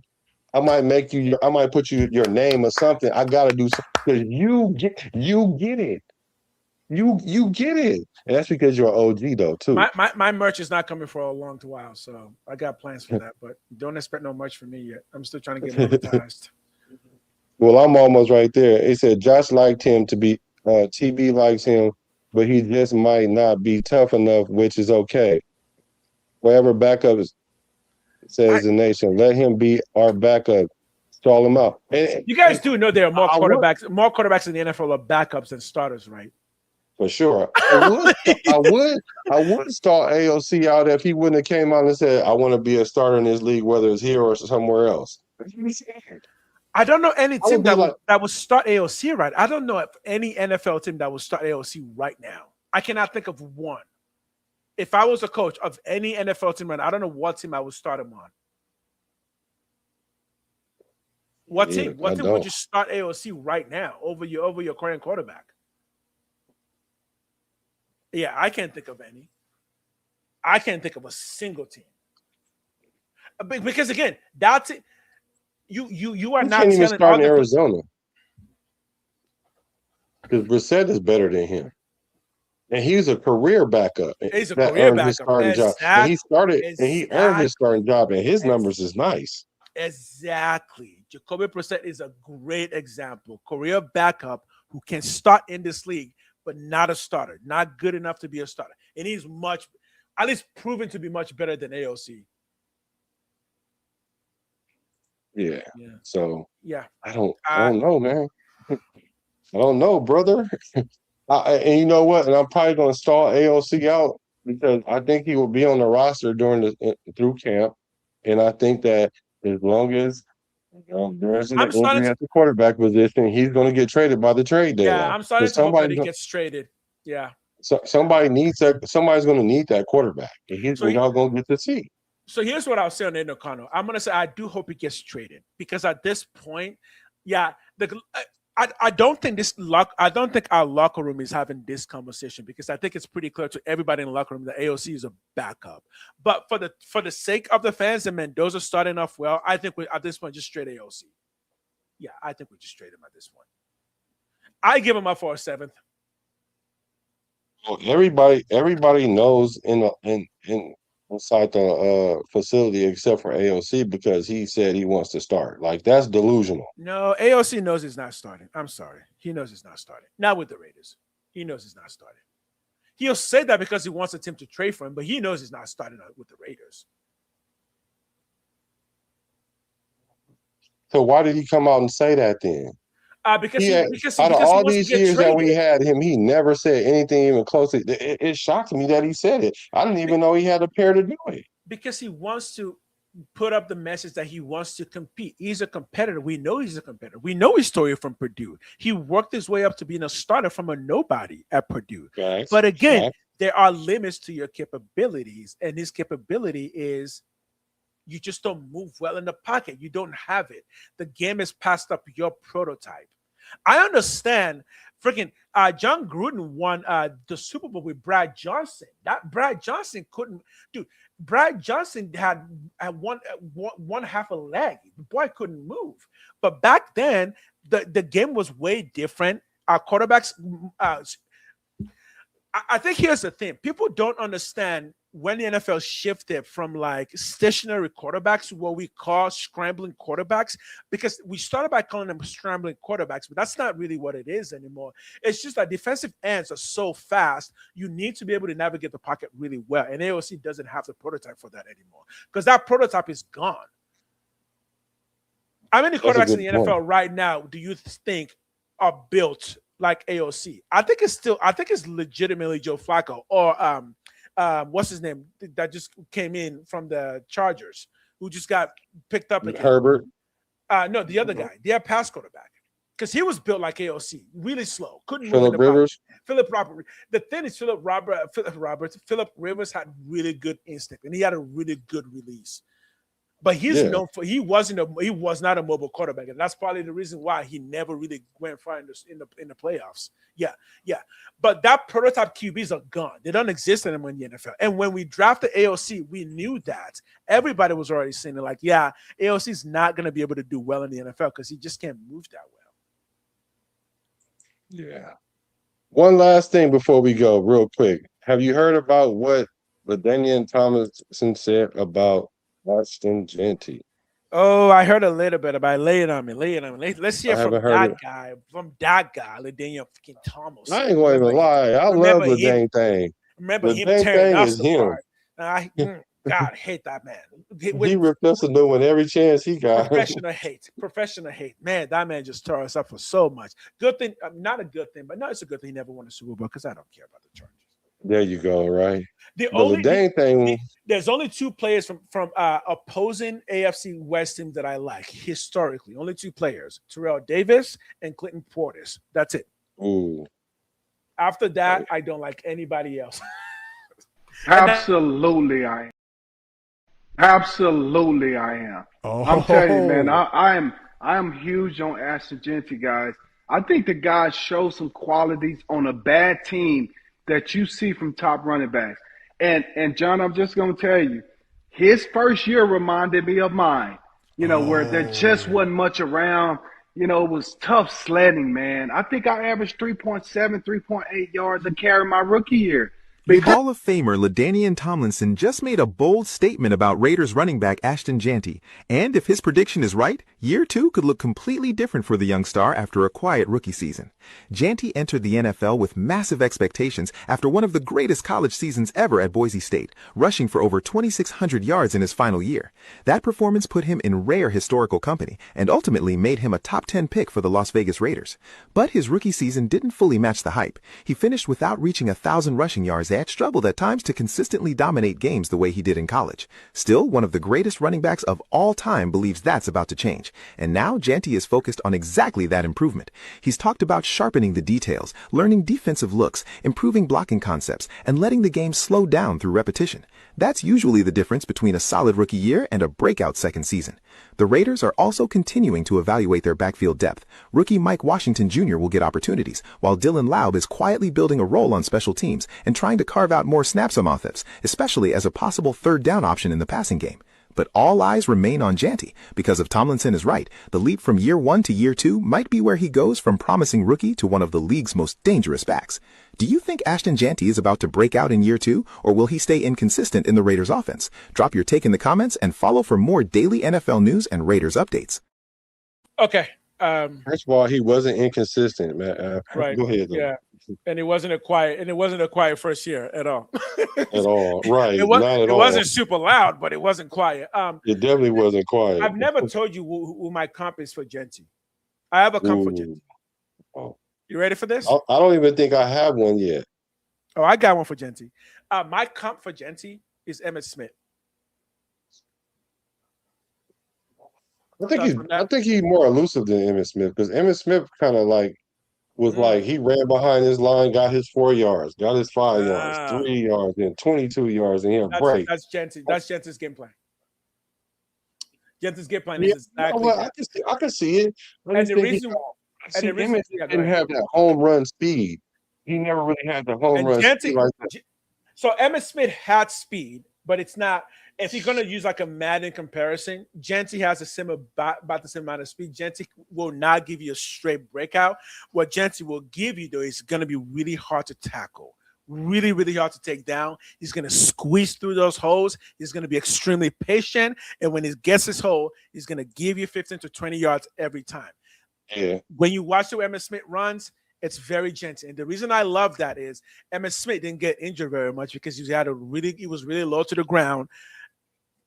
Emmitt Smith was really hard to tackle because he had really good center of gravity, really low to the ground, and he's just going to eat yards. Emmitt Smith just 8 yards. He would just eat 5, 6, 7, 10 yards, 15 yards all game long, just eating up yards. That's what Jeanty's going to do. Jeanty will just eat and eat and eat a ton of yards. At Boise State, he was getting a lot of breakaways, but that's because he was just above everybody else in college. Jeanty was just better than everybody else in college. In the NFL, he's still better than most people, but he's going to have to modify some things. So I'm going to say it again. Do not expect a lot of 60-yard breakaways from Jeanty. What you're going to get is a lot of 10s, 15s, 20s, running people over, just a lot of, oh my God, what was that? You're going to get a lot of that. And then 15 years later, because he's not going to get injured very much, we're talking Hall of Famer. That's my comfort, Jeanty. We can see that. But as far as the 50 and 60-yard runs, I think he had a 60-yarder last year and a 50-yarder last year. And I think he'll be able to do that in this run scheme. I think he's going to break crazy in this run scheme. So that's what I'm looking for. I would say this. The difference would be he would not be able to break like Marshawn Lynch. No, Because you know how tackles. Marshawn Lynch broke. Yeah, you know how Marshawn. yeah. Gentry won't Gentry won't give you that, but Gentry Yeah. will consistently give you yards and just eat a lot of. Dude, you know how many games we're gonna stall out from Gentry just being unstoppable in the fourth, where we need 4 yards. Guess what? Gentry's gonna get it. That's how the Raiders are gonna live, man. That's how the Raiders are gonna live.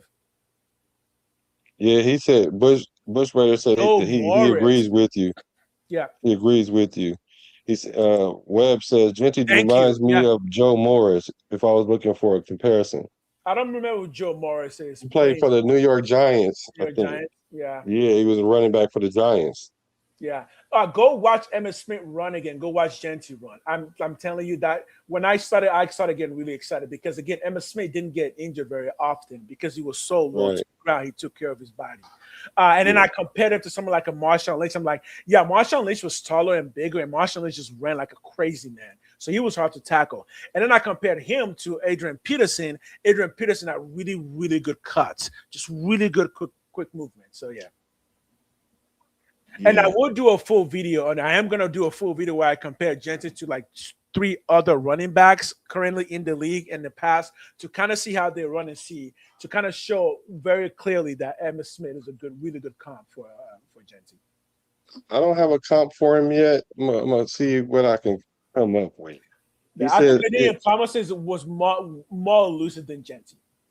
More elusive than Gentry. It says Gentry 975 yards and 5 touchdowns rushing and 346 receiving, 5 receiving touchdowns better than Josh Jacobs, in my opinion, and his top 10 rookie season over past 5 years. LML says, going to be fun to watch Clint share the ball this year. I can see him create a Globetrotters offense by year's end. Defense just aren't going to know where the ball's going. I totally agree with that. As an all-around back, he's better than Jacobs. You know. Yeah, Jacobs was more of a Marshawn Lynch type of runner. Really good once he gets into open space and shifting and running downhill. I'm telling you, even Gentry makes me way more excited than Jacobs because Jacobs had more breakaway speed, but Gentry will just be more. He will just eat more yards.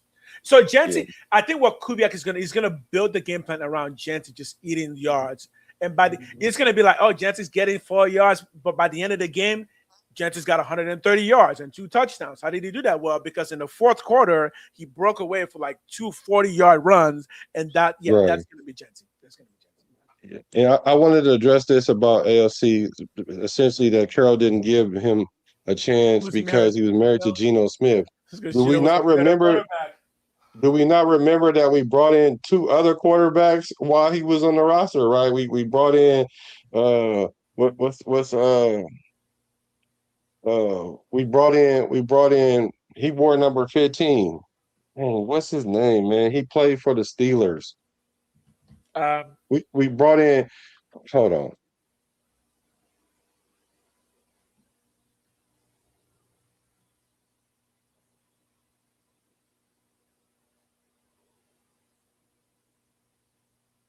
Kenny Pickett.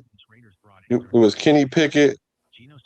Was it Riddler? Did they bring? Oh, well, Riddler was a year before. Riddler they even brought in Riddler before they even let AOC play. So that's what I'm saying. Garbage. They keep bringing in more quarterbacks because obviously they see something or don't see something, and that they need another quarterback. Exactly. So my thing is, do you guys think all these coaches collectively are just overlooking AOC, including Clint Kubiak? I just don't believe it. We're not going with that science. That is not scientific. That is not the scientific method of observation. The observation that I see is AOC is not an NFL starting quarterback. To be fair, Pickett is worse than AOC, but that doesn't say much for AOC. You think Pickett is worse than AOC? It's okay. I think it's because we haven't seen really good quarterback play in so long that once we start seeing it from Cousins and then Mendoza, then y'all will realize that, oh no, AOC was not a good quarterback. That's all it is. I'm gonna lay my hat on that. I like that.